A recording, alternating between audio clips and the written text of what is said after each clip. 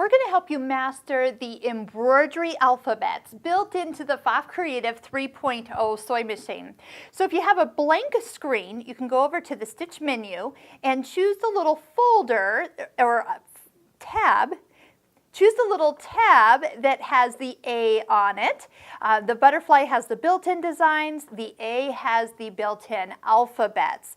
So you notice that there's two different styles of alphabets, a graphite and a curls. Each one has 3 sizes, 12 millimeters tall, 20, or 30. So that's a really big letter if you're looking for that. And they are going to have both uppercase and lowercase.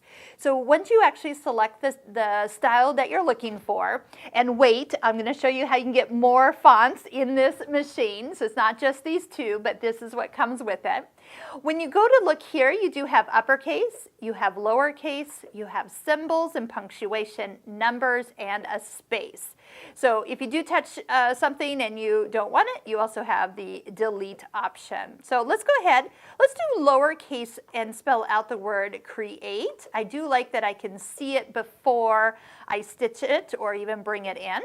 I want to make sure that right now I have the largest hoop that came with this machine, the Creative Elite hoop, and that's a 260 by 200. So that allows me to make sure that if I'm going to move something around, I don't have to change my hoop. So if you did have a different size hoop, it's going to say, okay, you need to attach the correct hoop before you can stitch. So one thing that's kind of fun, a lot of times I do usually like to stitch maybe next to the very edge of my hoop. But instead of trying to find where that actually is, if you just put the whole design outside the perimeter here, this option, it actually has a name of Move Design into Hoop.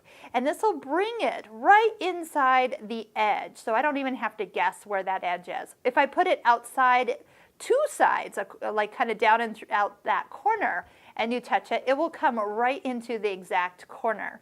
So if you're trying to load up your screen with 4 or 5 different things and you want to get it all the way out to the furthest edges, love that feature. When the designs are inside the hoop, that is not an option. That means there's nothing outside the perimeter, and so that is easy to do. If I wanted it more centered, then I could just use the arrow to the left here. Notice how small these increments are that you can use it. You can fine-tune everything so perfect into position. If you just want it back to the center, that would be one way to get it back to the center.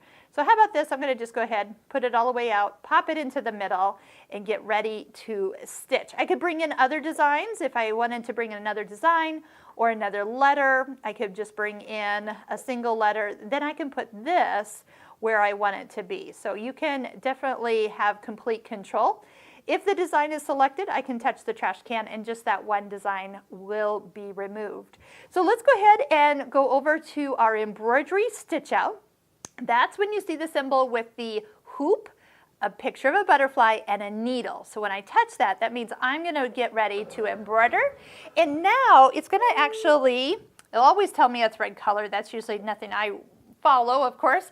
I put my own thread on, but now you have other options here. This is where we would adjust tension. We can back up or move over. I could sew everything in one color so it doesn't stop in between each letter. That's real important. But we'll definitely take a look. We're going to get ready to stitch here so you can see what it looks like when you stitch out lettering. My feed dogs are lowered. I have foot 6A on, an embroidery needle in, embroidery thread, and bobbin thread in the machine. So if you gently hold on to your thread and push the play button, go ahead and count to 3. 1, 2, 3. And you can pull that thread right on out of the machine, and then just go ahead and let it stitch. I love that it always stitches some what are called underlay stitches first, and then it does the satin stitch over the top. And that's really what gives you the beauty of embroidery lettering. Plus, your embroidery thread that you've actually chosen has a sheen, and that's what really, again, gives it the life as those stitches change direction that really shines as it goes. All right, so there's a couple locking stitches at the end. There's a cut, all right, and then it moves and tells me to change color. Now here's a little trick here.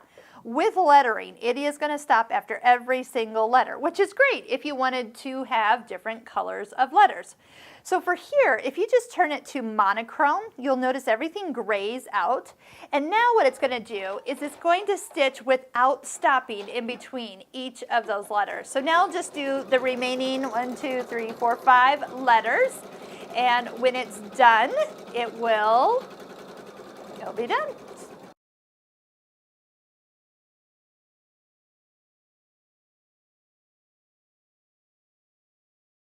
On screen, we have an embroidery is finished message, and look how pretty it is. That last thread is cut, and we are ready to pull the hoop off the machine. And isn't that, it's just always, it's just fun to watch. I know I watch millions of embroidery stitches, but it's still amazing to see it stitch out in thread with so minimal amount of work. Now, I did mention that you can add alphabets to this machine, and if you go over to PFAFF's website and download the complimentary software, there is something called Quick Font that allows you to take any font that's in your computer and turn it into a lettering that you can save into your PFAFF machine via the USB stick.